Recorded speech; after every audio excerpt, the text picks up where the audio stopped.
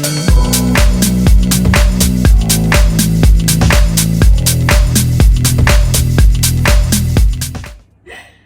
I know things have been slow on the baking front, but my oven broke during lockdown, so we had to get someone in to come and fix it. And then I tried to make lemon poppy seed loaf vegan, and that turned out a fail. I think I threw away 2 loaves. Yeah, but I think I found a trick. It seems like apple cider vinegar added to your kind of plant-based milk can cause some kind of chemical reaction which like makes your cake more cakey. So I'm still tasting it, but you'll get a recipe soon. Anyways, today we are doing vegan gluten-free cinnabuns. Now this isn't my own recipe. It is from a place called Cafe Gratitude, I think in the States. But I saw this recipe and figured, let me just make it and show you guys how simple and easy it is. I love cinnamon rolls, but I like the kind of more breakfast Danish, I think it is, correct me if I'm wrong, cinnamon roll, where it's a little bit less sweet and it doesn't have that glaze on top, so you can kind of have it in the morning and not have this crazy sugar rush. So this recipe is pretty simple. You're going to need all-purpose flour. I use gluten-free. I use the Stubbs Farm one, which I love. If you're in the UK, please get this. I think you can get it in South Africa at certain places. The nice thing about this recipe is, though, they give you another recipe on how to make your own flour, gluten-free flour blend, so you guys can follow that as well. This kind of happens in 3 parts. You need your dry ingredients. Now the key ingredient in this, which I ordered off of Amazon, and I'm sure you can get it, I'm sure you can get it somewhere in South Africa, is psyllium husk. This acts as your binder, it acts as egg, and this is kind of what makes the bun a bun.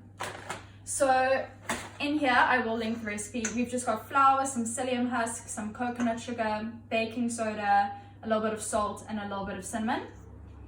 Then obviously you have your cinnabon, whatever, filling.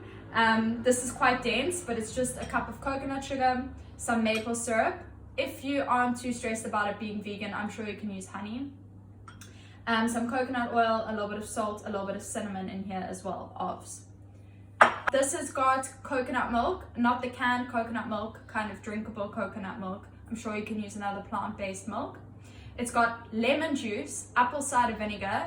So those are 2 acids that we're adding to this, which is going to lend to kind of the binding and the rise. Not really the binding, but more the rise, because the acids kind of interact with the bicarb, and yeah, some kind of scientific thing happens. I've been doing some research on vegan baking, and this seems to be the way to go.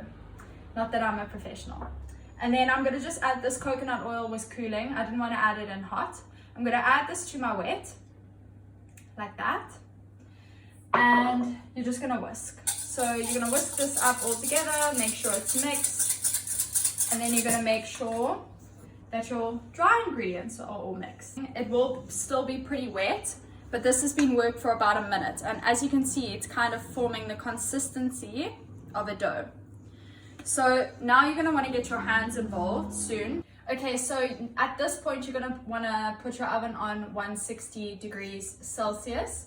It's a low temperature that you're going to bake it at. Okay, so you can see I floured my surface. I did clean this very thoroughly. And you're just going to push the dough out into kind of like a rectangular shape. I just used a wine bottle to roll it out. I've got it 10 centimeters by 30 centimeters. It might seem quite small, but this is the right measurements, don't worry. Okay, so I've just taken the filling and I'm just pressing it lightly into the dough like this. You don't want to go all the way to the ends because yeah, the filling will eventually end up that side after baking. So I've just pushed that in lightly. And now I'm just going to roll it lengthwise, super tight. You should be able to do 2 full rotations. Okay, so we've rolled this up nicely. I definitely did have some help from my cameraman, so thank you to him. So we're just going to chop off the edges just a slight little bit so that it's neat. I mean, as you can see, that's a tiny bit. And remember, those edges don't have any filling, so that's fine.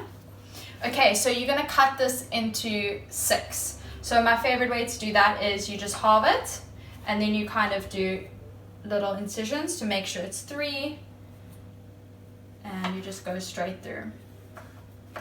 Okay, so you saw the shape before. What I did was I put them down swirl side up, and I just flattened them down with my hand to kind of, as you can see, get this cinnamon kind of shape.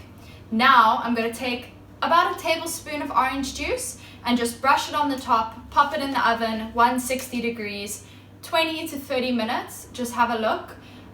Always keep an eye on your things. Also, I'm not going to bake all of these. I'm going to take 2 of them off actually and freeze them, because you can just bake them when you get them out the freezer when you feel like one.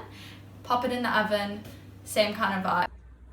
Okay, as you saw, some of that cinnamon came out of the dough when we were rolling it, and coconut sugar, but we're going to save it. We're going to use it for a batch of cookies. It's basically just cinnamon and coconut sugar and a little bit of coconut oil. So these are them out the oven.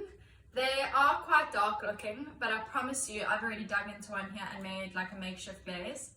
If you want to come closer and look at that, I mean, look how soft that is. For a gluten-free bake, that is great in my department, and they've grown quite a bit. And they taste so good. Definitely make these.